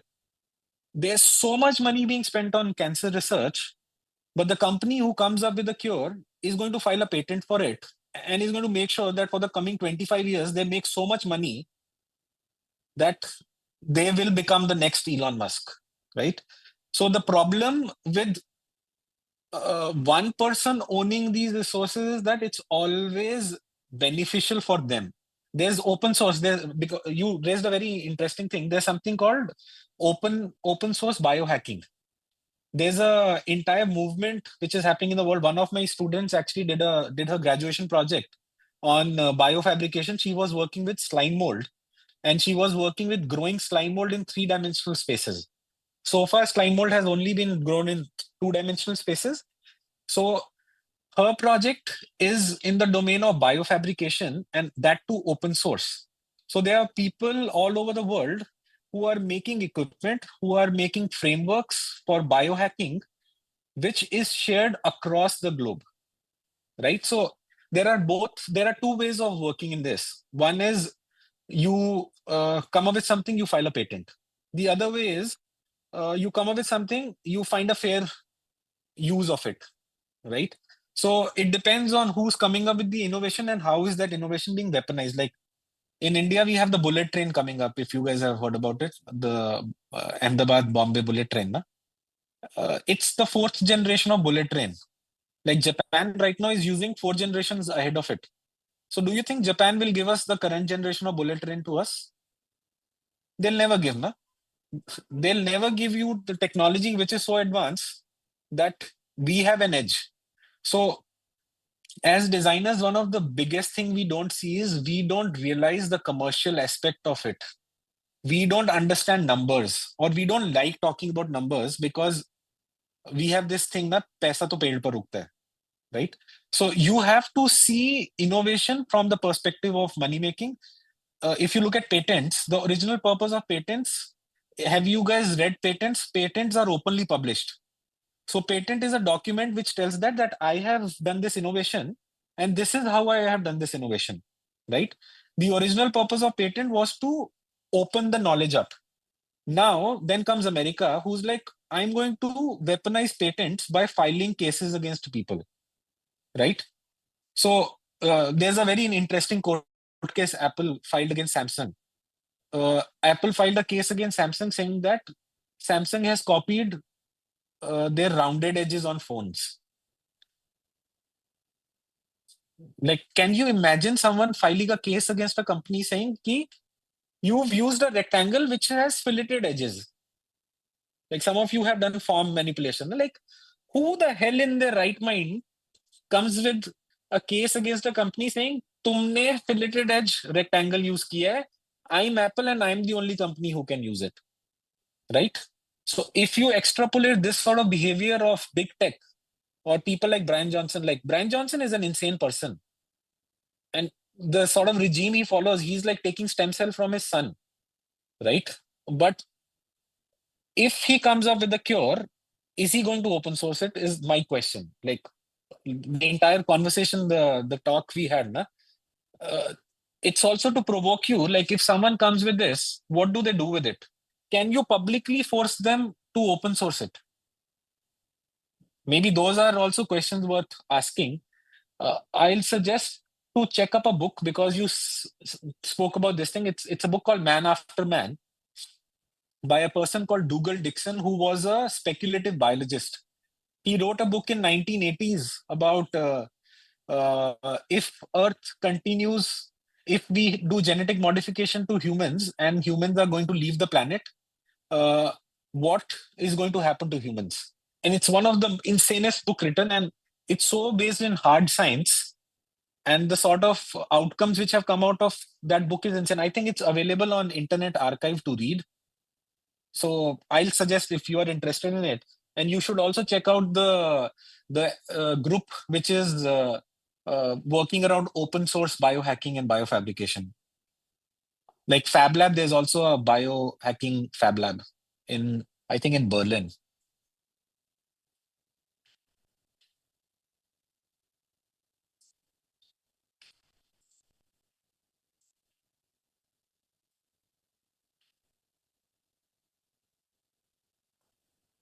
I think we have one more audience question. Yeah, Okay, sure. Yeah. one question. Yeah. I mean, it's not a very intellectual question, but if you were talking about it, so I just wanted to ask that. It's about that dating site, everything. I mean, you met your wife there, and you are very woke about it. It's not, they don't give you the best match, or Yeah. it should be something else. People are just boiled down to swipes and this and that. So how did you? Why are you so woke about it? But you met your wife there, so I just wanted to know. कि क्यों? I met my wife there because I'm from a circle where everyone knows everyone, right? And the sort of people I knew, I never felt that these are some of the people or someone I can spend my entire life with. And eventually, when I actually met my wife, her account wasn't verified. So I actually thought that it's a Russian bot who's trying to trick me into getting money out of me, right? So, and it was such an interesting conversation that the moment I met her, she was like, I rather talk to you on WhatsApp than talking on this platform. And that's the time we stopped using that platform. So my purpose, like my intention of going on the app was actually to find someone who I find interesting enough to spend time with. Like, I didn't see it as a place of interaction of right and left swipe, right? So my intention of using the app fundamentally was very different from the purpose of how this app is made. So that's where the differentiation comes. But there's actually a massive research done on this. There's a platform called Ashley Medicine, who's known for building an app which encourages cheating. Like, it's an app which is for extramarital affairs, right? So if you're looking at apps, what again is commodified there? So are we looking at app as an interface? Like, I didn't see the person on the app as a commodity because I was conscious of the fact. But are most of us actually conscious of the fact when we use it? Like, I spoke about something called behavioral economics, if you remember, right? So the way these apps are designed, they are actually conditioned to make you or pick you certain routes or certain navigation. And that's how the entire flow is designed. So if you are conscious of these flows, like I told you, like buy one, get one free. You don't want to buy the thing, but because of the offer, you buy it. But if you are cognitively tuned to figure out that, oh, this is also a hack which is used, there's something called dark patterns. Has anyone done UX based design? So dark patterns are behaviors which interfaces use where you withhold information from people. Like, let's say you have an app where you cannot switch off location sharing, and you have to go to a fourth or fifth page to stop sharing your location. So that's a dark pattern being utilized by an app to stop you from doing that. So when you start tapping into these conditioning behaviors, you'll see that a lot of these apps or a lot of these platforms are built for a certain clientele when you don't actually question a lot of these things. Like if some of you are using it, uh, what is the purpose of using it? Why are you there? Are you looking for someone you really want to spend your time? Or are you looking to meet someone quickly and move on? So it will come from the intention you have, and then it sort of manifests into what happens next. But the app by default is meant to monetize that. Like Tinder is not matrimony.com, or Tinder is not like your aunt who's trying to find the best match for you, because they don't want you to do that. Because as I mentioned earlier, there's something called money, which designers like to forget, that no one's giving you anything for free. Someone's giving you a service, they are taking something out of it. So whether we are the commodity in that or someone else is, you'll have to figure that out.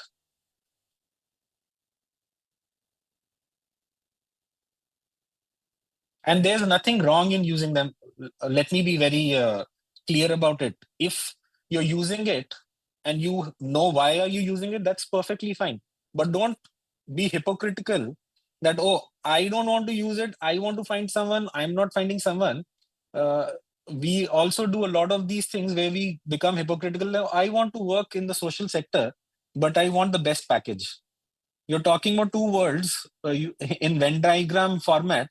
These are two circles which will never intersect, right? So if you want to work for social sector, be honest that I want to work for social sector. Money is secondary to me. If you think you want to make money, then be clear that I want to do UI and not get into social sector. So the entire thing boils down to the fact that how honest are we about our own choices?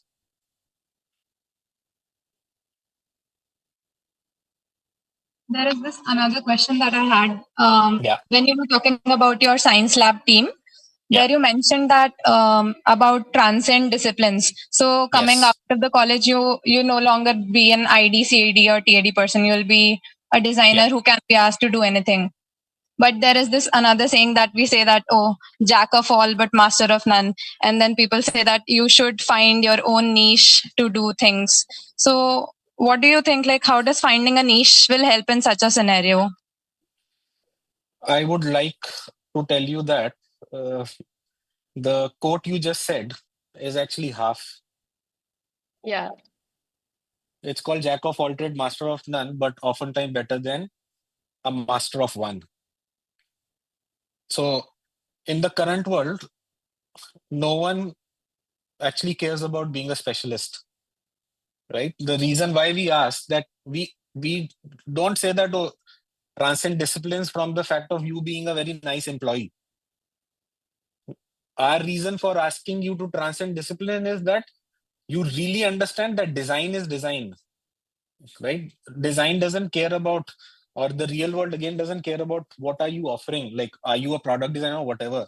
Like, if you cannot understand the complexity of the real world and you say, "Main ek app bana dunga," there's something called an app trap, right? Every problem in the world can be solved by an app on paper, not in reality, right? So when we say transcend discipline, our meaning is that, especially for undergrads, you need to experience the world enough to start figuring out whether you want to be a specialist or a generalist. And don't take someone else's truth as your own truth. No? Like, we are having this conversation, right? I might say the most obnoxious thing, or I might say the most polarizing thing to you. But then don't take my truth. Like, whatever I shared with you has worked for us, doesn't mean it'll work for you. If you want to make money, this is the worst case to do, because no one will hire you because you'll ask questions. Like no one wants to hire people who ask questions. Like your boss is like, अच्छा अगला घड़ी बनाना है Titan में. You're like, अरे घड़ी का तो जरूरत ही नहीं है, अब तो फोन है, right? So it's a very difficult life to live when you ask questions because people find you annoying, right? So our purpose of saying this is, we've already seen what a specialist approach can do. By the time you guys reach fourth year, you'll do a course called systems design, or I don't know whether you do that or not. There's something called systems oriented design, where you start looking at things as systems, not as isolated events or activities. So we want people to have enough experience or enough exposure to understand that, okay, this works for me or this doesn't work for me. In our lab, we had a student who's an animator. Right now, he's experimenting with ceramics and he's doing animation with ceramics because the other student who was in the lab is a ceramic student. So there's no need of him doing ceramic. And by the way, this is a person who's won the Oscar. He's an Oscar winner in student category. So he's an Oscar winner in animation. And now he's exploring ceramics to do animation. In a very sane world, there's no need of him doing animation with ceramics, but he's doing it because he wants to figure out what works for him. So don't take someone else's truth as yours. If you immerse yourself in these situations, you might find what you like. You might not totally like being a generalist. You might like being a specialist. It's nice. But you need to understand when to go horizontal and when to go vertical. And that will only come if you know or if you experience them. Otherwise, there's no way of knowing it. Yes, agreed. I think it's about being honest with yourself, asking the questions. Yeah, Which we are not most of the time. Yes, which we are not most of the time. So I think we would love to continue our conversation, but we are running short on time. So we would like to ask the closing question, which we ask all our guests. So what is something you wish you knew at our age? Something I wish I knew at our age. Design education is a hoax. Like you can do that. You can buy a YouTube premium subscription. Again, if you skills are something, I know it sounded weird that design education is a hoax. Skills are something which you can gain over a period of time. Like there's something called a 10,000 hour rule. 10,000 hour translated to 21 days. Like if you repeat something for 21 days, you form a habit, right? Skills are something, if you're looking at skills are something which you can build over a period of time. It's a matter of you applying your faculties. When I mean faculties, I mean your head and your mind and body to it. If you apply that, you can learn a skill. So if one is in design school for learning skills, it's a wrong place. Thinking is something very difficult to develop. And unfortunately, Indians don't like reading. It's a very common thing. We don't like discussing or debating things. We debate about all the bullshit things in the world, but we don't debate it how our government is, how our culture is, how we have zero civic sense, how we make the most beautiful things dirty in one go. So we don't like talking about difficult things, right? And that's a mindset problem. That's not a skill problem. So design education is a hoax because most of the design schools in India or design education is teaching skills, not mindset development, right? You can, there's a saying, you can teach a man how to fish versus give a man a fish, right? When you give a man a fish, you are making the person dependent on you for the entire time. But when you're teaching someone to fish, you're making them self-sustained. So I would like to see more design schools. If I was a kid or if I was your age, I would like to see more design schools who are in the business of helping people figure out how to think, not what to think.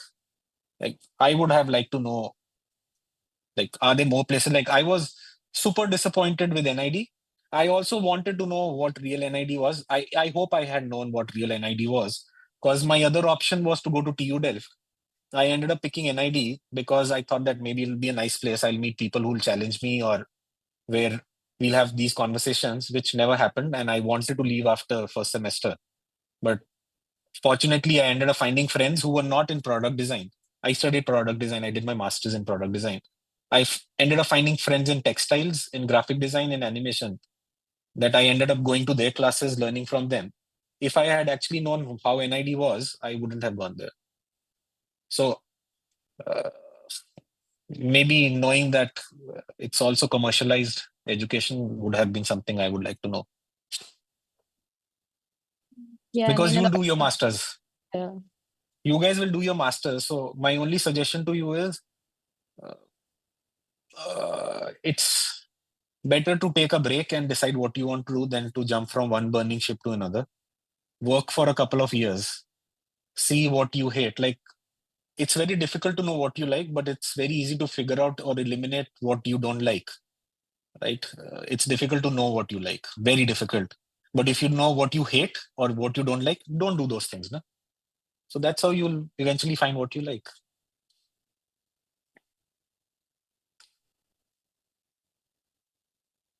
So we have one question on our YouTube platform from one of our seniors who's talking about how he enjoys speculative design and gets a lot of satisfaction out of it, but sees it as a personal endeavor and is not able to understand if he's doing any value addition in the context of it. So how do you somehow get out of that trap of value addition while still pursuing speculative design? So speculative design fundamentally by its nature is not meant to do any value addition. The only value addition it's meant to do is to provoke enough people to start having the conversation. So if the work you're doing is actually making people question the exact thing you are making or doing, it's job well done. And the biggest problem with speculative design is it's a very, so far the speculative design which is practiced is a very Western. I'm actually writing a 3-part series on this, like how we had the problem solving fetish. So our current writing is on speculative design from global South or India. So most of the speculative design which exists from a very Western ideology where it exists in museum culture. And in India, there's no museum culture, right? मतलब इधर तो museum का information 20 साल से बदला ही नहीं है, तो museum culture तो दूर का बात है ना. We stand in front of a painting and we like क्यों बनाया ये, right? So we don't have a discourse about museum, but we do have a discourse about filmmaking, right? So one of my students actually, her project was co-creating speculative futures of farmers in Melghat. Melghat is one of the remotest regions on the border of Karnataka and Maharashtra. So she did speculative design with farmers in Melghat. Like, she spent 3 months in peak of pandemic in that village, and she co-created futures of farmers with them, right? And she had one very nice statement. It was called taking the spectacular out of speculative. So a lot of work we do, if you see the aesthetic you saw of the products I showed, Shadi Shushar and all, they're very jugad. They're very like put up. We don't want them to be super polished object which goes into Museum of Modern Art in New York, or it goes into Tate Modern. The best thing which happened to me was last semester I took a course called Kit Bashing Indian Futures, where we extrapolated Indian futures. And one of the objects which the students made, it found its way to Sunday market. And then one of my student went there to ask them, can he buy it? And the conversation he had with that seller was insane. The seller asked for 600 rupees and the student was like, nahi bhaiya, ye 600 rupees ka kahan ka hai? 200 rupees. He was like, आपको पता है ये project है, project ये आपको नहीं पता, ये 4-5 चीजें मिला के, मतलब he was making another layer of things on top of it, na? So that's the best case scenario for us, that we wanted that object to reach Sunday market. We want people to pick and be like, it's a Frankenstein monster of 4 objects. We want people to pick it and be like, kya hai ye? Kyun hai ye? Right? So our approach to speculative design is making it approachable to Indian audiences. So that's why we use a lot of methodology which is very grounded, which is not very museum oriented. And once, like, we are planning of publishing it in another month or so. So if we publish a part of it, maybe I'll send it to you guys. You can read about it. But practicing speculative design in India is very tricky because there's no money. You can do it if you want to do it. There's one studio I would suggest the senior to look out for is called Bus Ride by Ayaz Basrai. They do some phenomenal work around speculative design in India. One of the insanest studio who's doing work on speculative design. It is possible to practice, but then you need to have conviction. Right.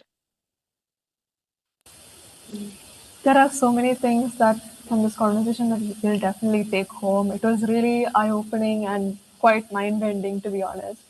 Thank you so much for this session, Sahil. No problem.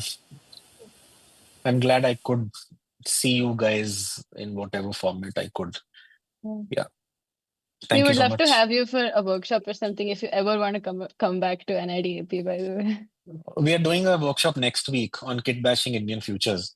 Okay. So maybe I'll send it to Amaltas. The only problem is I don't want to come for a very long duration. If I come, I'll come for a week. So that's maybe, let's see. Maybe. Yes. Yes. Yeah. Thank you so much. Thank you so much for taking your time. Yeah. Thanks. Yes. See you Thank guys. you. See you. Bye-bye. Bye-bye. Bye. Bye.